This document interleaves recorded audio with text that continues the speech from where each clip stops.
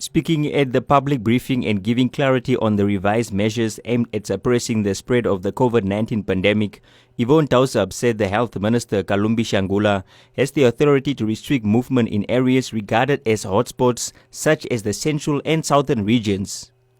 The Minister of Health and Social Services has broad powers that are provided for under Section 29 of the Public and Environmental Health Act.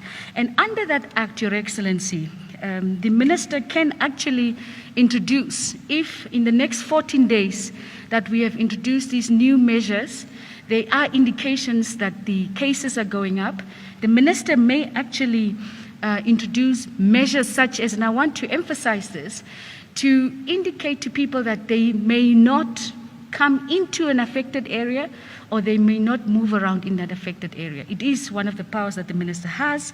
He also has the power to close down public entertainment places if it requires of us.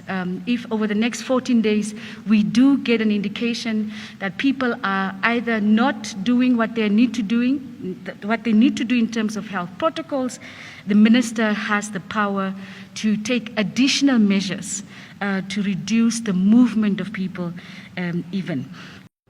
The police have been directed to be out enforcing the law and ensuring that members of the public comply with safety protocols such as the wearing of face masks and social distancing, failure to which could lead up to a fine or imprisonment. It is an offense not to comply with any of the measures that we have in place.